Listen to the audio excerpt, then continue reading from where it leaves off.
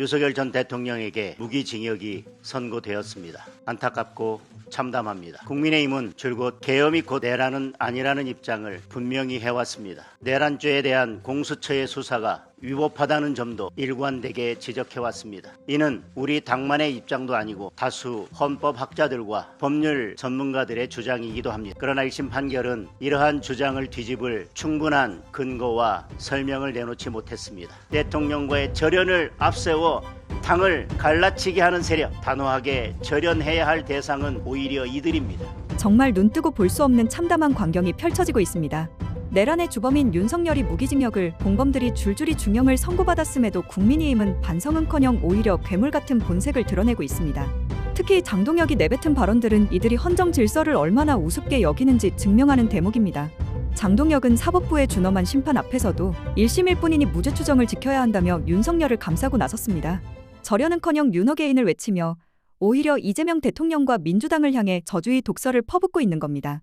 국민의힘이 계엄을 내란이 아니라고 주장해온 오만함을 그대로 드러내며 대통령과의 결별을 요구하는 목소리를 당을 쪼개는 행위로 규정의 숙청까지 예고했습니다. 헌정 파괴의 주범들과 끝까지 배를 타겠다는 이 추악한 선언은 국민적 분노에 기름을 붓는 격입니다. 심지어 장동혁은 민주당의 정당한 의정 활동을 내란에 비유하며 본질을 흐리는 역공까지 펼치고 있습니다. 지귀현 판사가 판결문에 남긴 비겁한 변명들을 빌미 삼아 이재명 대통령의 재판을 재개하라고 지저대고 있는 상황입니다. 내란이라는 국가적 비극을 여야 싸움으로 격화시키고 오로지 지지층 결집을 위해 궤변을 늘어놓는 장동혁의 태도는 이미 공당의 자격을 상실했음을 보여줍니다. 이런 정치적 난장판 속에서 법조계의 시선은 이제 시스템 부역자 박성재의 파멸로 향하고 있습니다. 윤석열 무기징역, 김용현 30년이라는 책임의 지도가 그려진 마당에 박성재가 도망갈 곳은 없습니다. 법무부 수장이 계엄 당시 구치소의 수용 여력을 체크하고 출국금지팀을 진두지휘했다는 사실은 그가 내란의 사후 시나리오를 설계한 핵심 인물임을 입증합니다. 법률 전문가인 박성재가 이토록 치밀하게 사후 시스템을 준비했다는 것은 몰랐다는 핑계가 전혀 통하지 않는다는 증거입니다. 이미 세워진 양형 기준에 따라 박성재는 한덕수와 김용현 사이의 무거운 형량을 피할 수 없게 되었습니다. 비록 이상민이 7년이라는 이례적인 판결을 받았으나 이는 항소심 내란전담재판부의 통합심리를 통해 상향 조정될 것이라는 게 중론입니다. 결국 박성재를 포함한 내란 잔당들은 항소심이라는 더 큰 심판대에서 벌벌 떨게 될 것입니다. 장동혁이 아무리 무죄 추정을 외치며 방패를 자처해도 사법부가 확립한 책임의 서열은 이미 이들의 목을 죄고 있습니다. 전혀 좀 다른 입장을 얘기를 하고 있는 것 같은데요. 내란 속의 윤석열 1심 선고와 관련해서 곳곳에 논리적 허점이 있다. 무죄 추정의 원칙이 보장되어야 한다. 무기징역은 참담한데 왜 무기징역인가에 대한 충분한 근거를 내놓지 못한 판결문이었다. 저희들이 생각하는 거하고 전혀 정반대 입장에서 주장을 하고 있습니다. 공수처가 불법 수사를 한 거다라는 얘기. 그리고 더불어서 이재명 대통령에 대한 재판도 재개해야 된다라는 얘기를 했고요. 헌법을 철저하게 깔아뭉개네요. 그다음에 우리는 이미 비상계엄에 대해서 여러 차례 사과했다. 더 이상 사과하지 않겠다라는 입장인 걸로 보여요. 어떻게 보십니까? 네. 아니 그러니까 윤과의 절연, 이른바 전륜을 요구하는 목소리가 당 안팎에서 컸는데 네. 오늘 이 기자회견으로 명확히 한 거죠. 네. 우린 윤 어게인이야. 딴 거 자꾸 요구하지 마. 우린 안 해. 예. 아니 그리고 그게 어떤 장동혁 대표를 비롯한 지금의 국힘의 지도부의 정체성과는 맞죠. 왜냐면 전륜을 할 수가 없어요. 네. 왜냐면 지금 장동혁 대표와 국힘 지도부 자체가 윤 어게인 세력인데 윤 어게인 윤하고 어떻게 절연을 해요? 그건 자기 부정밖에 안 되는 거지. 그러니까요. 근데 그걸 다시 한번 확인시켜주는 기자회견이 됐고 네. 장동혁 대표도 그래도 길지는 않았지만 판사 생활을 몇 년 했는데 저렇게 법리와 법률에 안 맞는 얘기하면 안 되죠. 그러니까요. 어떻게 보세요? 그러니까 예상되던 바예요. 결국은 본인의 당대표 당선이 윤핵인 세력의 등을 업고 당선이 된 것이고 그 사람들이 없으면 사실은 이분이 뭐 지역 기반이 있거나 세대 기반이 있거나 정치적 기반이 약하단 말이에요. 네. 결코 끊을 수 없는 거예요. 그러니까 지금 예상한 것처럼 뭐 아직 1심이다. 그다음에 절연 요구는 뭐 오히려 갈라치기다 뭐 이러고 있으니까 기본적으로 완전히 이제 윤핵인 세력을 절대 우리가 나는 네. 손 끊을 수 없다라고 이제 선언한 거죠. 네. 네. 그 4분 전에 들어온 속보에 따르면 대통령 절연을 여기서 대통령은 윤석열 내란숙이 얘기하는 겁니다. 절연을 앞세워서 당을 갈라치는 세력이 절연해야 할 대상이다. 4분 전에 나온 뉴스인데요. 입장을 명확히 하네요. 그러네요. 분명한 것은 그러니까 절연을 앞세워서 당을 갈라치는 세력. 여기는 뭐 친한계 한동훈 그렇죠. 대표 얘기하는 네. 거죠. 이런 사람들이 오히려 절연해야 될 세력이고 그렇다면은 윤 어게인으로 똘똘 뭉쳐서 가는 건데 사과해라, 절연해라. 이것은 분열의 씨앗을 뿌리는 일이다. 이제 이런 주장을 했습니다. 야, 근데 이 정도로 네. 나오면 저는 네. 대안이 없어서 장동혁 체제로 지방선거를 치를 거라고 생각을 했는데 네.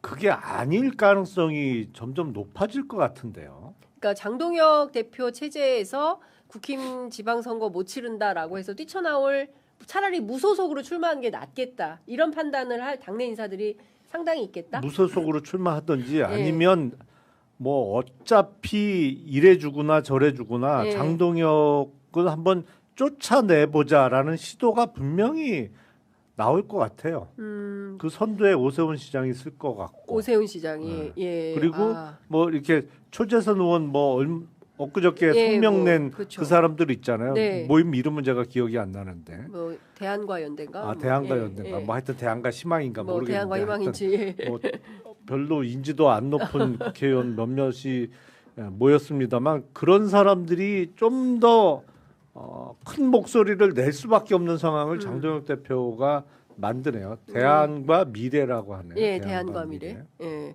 저는 쉽지는 않다고 봐요. 음. 왜냐하면 현역 의원님들은 대부분 뭐 영남 중심이고 네. 사실은 본인들의 지금 당장 공천권이 걸려 있는 게 아니잖아요. 네, 네. 그럼 이번에 지방선거 나가는 분들이 되게 중요할 텐데 음. 지방선거 나가는 분 중에 말씀처럼 오세훈 서울시장 말고는 뚜렷하게 음흠. 정치적으로 뭐 발언하는 분이 없어요. 네.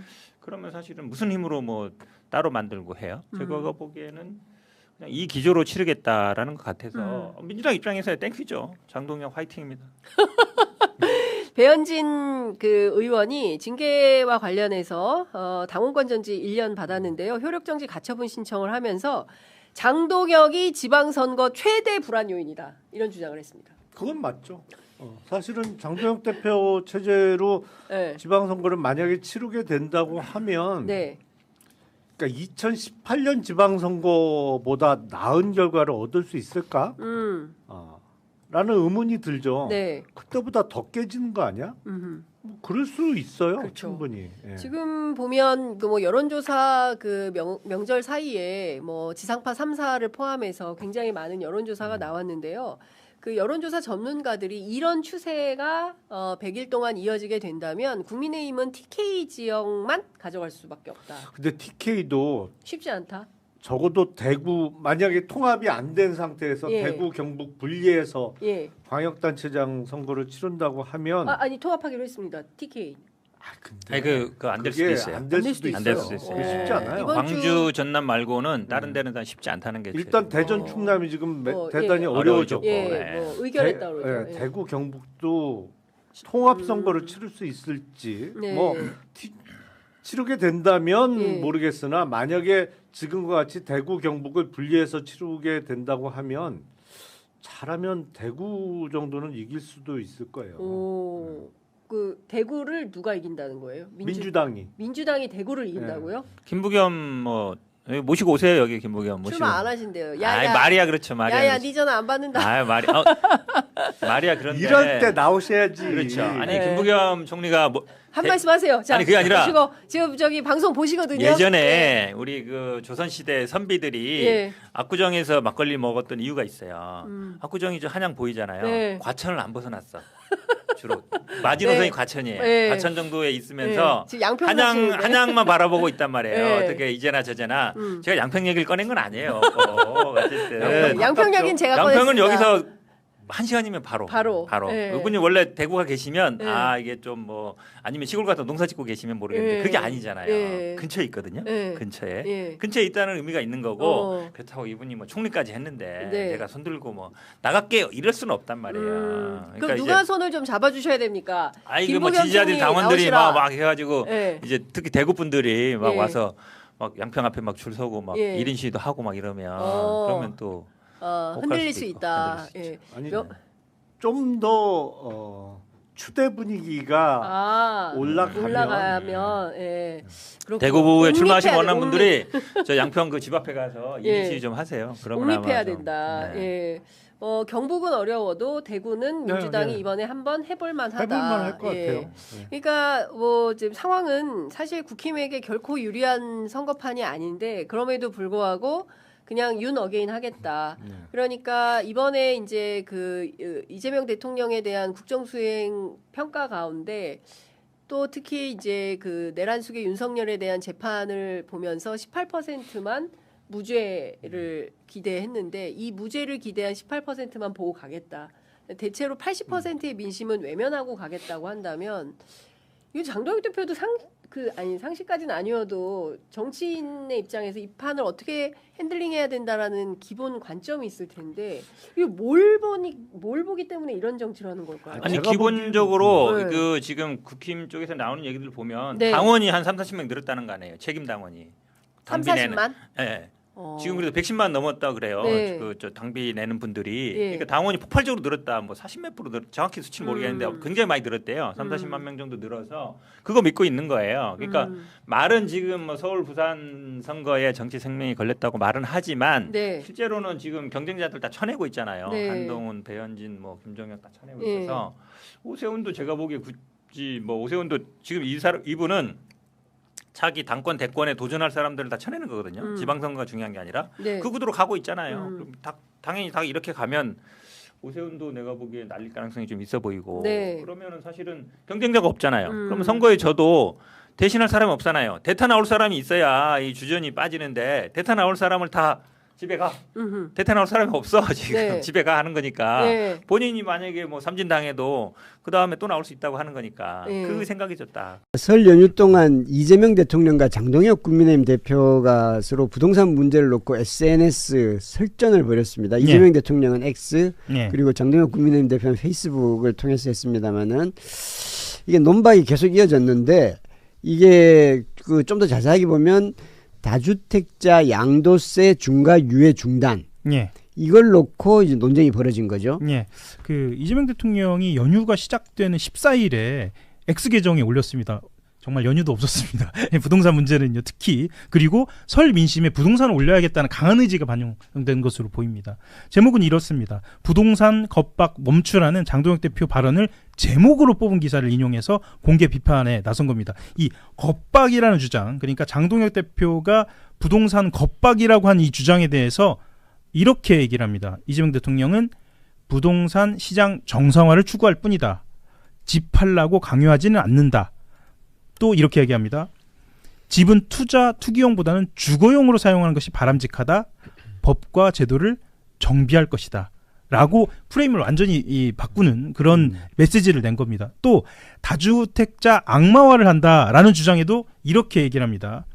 바람직하지 않은 다주택 보유가 오히려 이익이 되도록 하는 특혜를 줘서 투기를 조장했다면 그것이 문제다라고 하면서 법과 제도를 벗어나지 않는 다주택 보유 자체를 사약이라고 비난할 수는 없다. 본인이 또 이렇게 해둔 이야기를 합니다. 그래서 이른바 설전으로도 보입니다. 그러니까 야당 대표와 대통령의 설전은 사실은 제가 보기에는 저도 뭐 기자생활 한 10년 정치부 생활 뭐 그 정도 했습니다만 대통령이 야당 대표하고 SNS 설전은 저는 처음 봅니다. 보통은 보통은 당 대표와 당 대표가 붙거든요. 아니면 유력한 정치인들끼리 붙고요. 하지만 대통령이 직접 이렇게 맞붙은 이 설전은 여론조사가 또 판가름하지 않은가라는 뭐 조금 이따도 설명을 드리겠습니다만 그래서 치열하게 맞붙는 걸로 장동혁 대표도 이재명 대통령이 내놓은 SNS에 그대로 반격을 하는 방식으로 해서 사실은 관전 평만 말씀드리자면 좀 볼만했습니다. 그러니까 설 연휴 내내 사실은 별다른 뉴스가 없었는데 이 부동산 관련해서 계속해서 이제 그 이재명 대통령도 계속해서 올리고 장동혁 대표도 계속해서 올렸는데 장동혁 대표 페이스북은 저는 잘 납득이 잘 안 되더라고요. 사실 한쪽은 감성, 한쪽은 논리로 붙었거든요. 근데 이 감성으로 붙은 쪽에서 사실 감성으로만 붙어야 하는데 거기 안에 팩트와 관련된 문제가 좀 생겨가지고 오히려 더 마이너스가 된 거 아닌가라는 생각이 좀 듭니다. 좀 이것에 대해서 좀 설명을 드리면 설 연휴 기간 동안에 장동혁 대표가 16, 17, 18일 사흘 연속으로 글을 올렸어요. 16일은 불효자는 옵니다입니다. 예, 그래서 시골집에 왔습니다라고 올리면서 노모의 그러니까 그 95살이라고 하시더라고요. 이 노모의 걱정이라고 하면서 이 집 없애려면 내가 얼른 죽어야지 에휴 이런 대목을 올리고요. 자, 17일에 한 번 더 올립니다. 17일에는 여기서 그렇게 이야기를 하는데요. 다주택자를 무조건 사회학으로 규정하지 말라 이렇게 이야기를 하면서 지방 서민들은 투기꾼이 아니라 지방 경제를 온몸으로 바치고 있는 애국자들이다. 라고 이야기하면서 대통령 향해서 퇴임 후 50억 시세 차이 예상되는 분당 재건축 아파트 갖고 있지 않냐라고 이렇게 이야기도 했습니다. 물론 이 부분에 대해서 사실관계 조금 이따도 좀 말씀을 드릴 텐데요. 가장 화제가 된 거는 18일입니다. 노모가 다시 등장합니다. 아들아, 지금 우리 노인정은 관세 후구 후팡인가 호빵인가 그게 제일 핫하다. 날 풀리면 서울에 50억짜리 아파트 구경 가기로 했으니까 그리하러 이렇게 올렸습니다. 그래서 사실은 각각이 다 화제가 됐습니다만 저는 그냥 단적으로만 말씀드리면 이건 메시지가 관리가 안 됐다. 나는 연극 대사 같아요. 네. 그리고 95살 노인이 내가 95살 노인들을 무시한 건 아닙니다만은 노인정에서 관세 얘기하나요? 그리고 쿠팡을 95살 노인은 쿠팡으로 물건을 사진 않을 텐데 쿠팡 문제가 왜 노인정에서 관리권이 되나요? 나는 잘 이해가 안 됩니다. 저는 좀 다른 측면에 좀 주목을 했는데요. 이게 정말 노모가 한 말인가? 그러니까요. 네. 어머님 인터뷰를 한번 해야 될 것 같아요. 저는 그 이 메시지 중에 이 부분에 좀 주목을 했습니다. 구경 가기로 했은 게 그리하러. 구경 가기로 했은 게 그리하러 이 말은요. 이 노모가 사는 충청도 사투리가 아니고요. 호남 중에서도 전남 사투리입니다. 아, 그래요? 예. 했은께는요 전남이고요. 했은게는 전북입니다. 왜냐하면 제가 전북 출신이거든요. 했은게 그리하러 했은게 거시기요. 이게 정확하게 전북 사투리고요. 그러면 충청 사투리는 어떻게 되느냐? 구경 가기로 한겨. 이게 정확합니다. 구경 가기로 한겨 그리하러. 왜냐하면 제가 또 충청도에서 고등학교를 나왔거든요. 그래서 이거는 메시지의 실패다. 이거는 분명히 실패로 보입니다. 95살 노인이 뭐 저 건강 상태가 뭐 건강하신 분들도 있지만 네. 그렇게 뭐 그것도 너무 자기적이고 그리고 왜 이제 사진을 2022년 사진을 올렸죠? 이게 그 실제로 노모 집에 찾아갔다면서? 네, 실제로 노모가 거기에 살고 있는지에 대해서 물음표가 좀 찍혀 있거든요. 그래서 시민들 중에서는 이런 말씀하시는 분도 있습니다. 그렇게 노모를 걱정하면 편안한 곳으로 모셔라.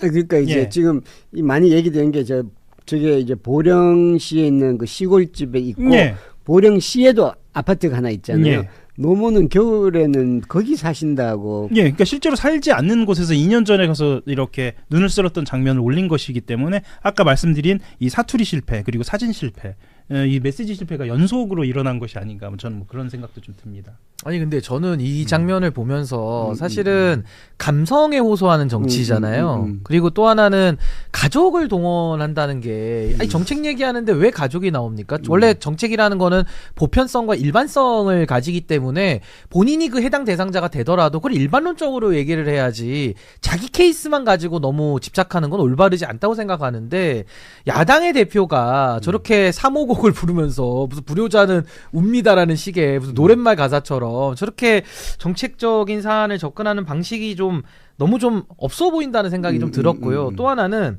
지금 다주택자를 악마화한다는 프레임을 많이 쓰고 있어요. 이거 유통이 많이 되는 프레임인데 제가 예를 들어볼게요. 예를 들면 무단횡단자가 속출해서 무단횡단을 더 엄단하자 그러면은 무단횡단자를 악마화하는 겁니까?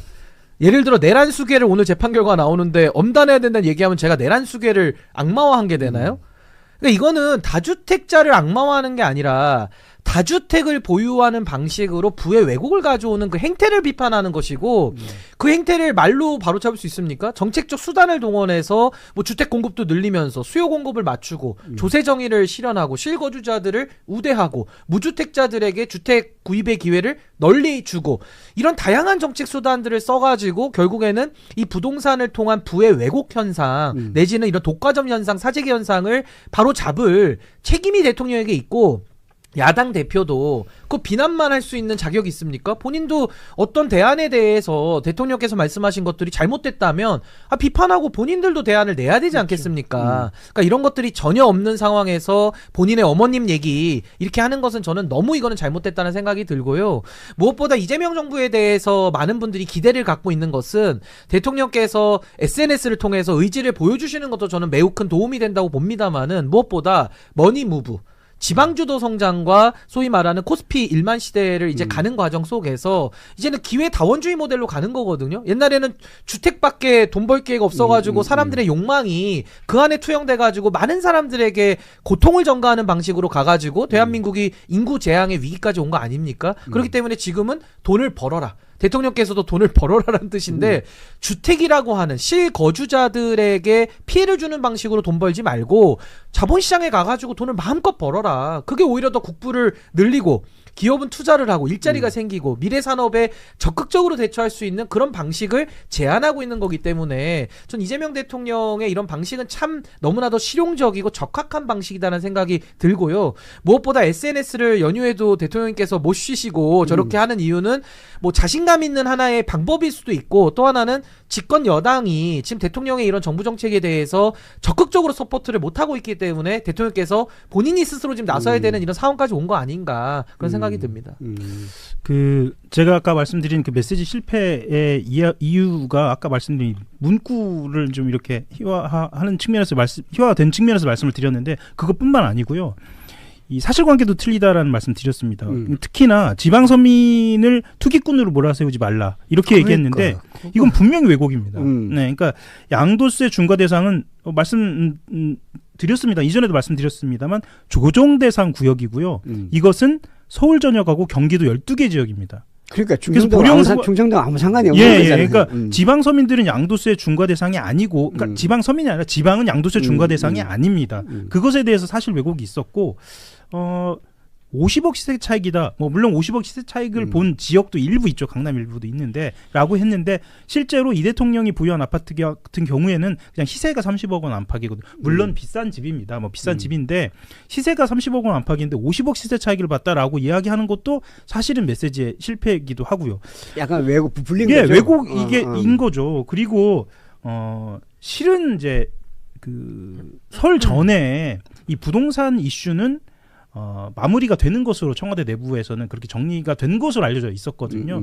그런데 그 뷰리핑에서 말씀드렸습니다만 여론조사에서 지금 가장 긍정적인, 그러니까 이 대통령을 지지한 가장 긍정적인 그렇죠. 이유가 부동산이에요. 네, 부동산이어서 실제로 어찌 보면 이 부동산이 가장 약점으로 받아들여졌는데 또 다르게 보니 이것이 가장 강한 지방선거의 이슈로 부각할 수 있는 가능성까지 지금 내부에서는 그렇게 나오고 있는 것 같습니다. 그러니까 이게 저도 뭐 통계 자료만 봤는데 우리나라의 다주택자가 3.7%. 예. 3.7%니까 다주택자들은 사실 얼마 안 되는 거죠. 근데 그 3.7%가 갖고 있는 주택의 수가 34%라고 하니까 물론 거기에는 임대주택 사업자들도 포함되어 있겠습니다만은 그러니까 사실은 여론 지형에서는 지금 그리고 저는 그 대통령 입장에서는 훨씬 더 유리하다고 볼 수도 있겠죠. 그리고 저는 이게 야당 대표가 아까 전에 신인규 변호사님도 얘기했지만 대통령의 정책에 대해서 반대할 수 있는데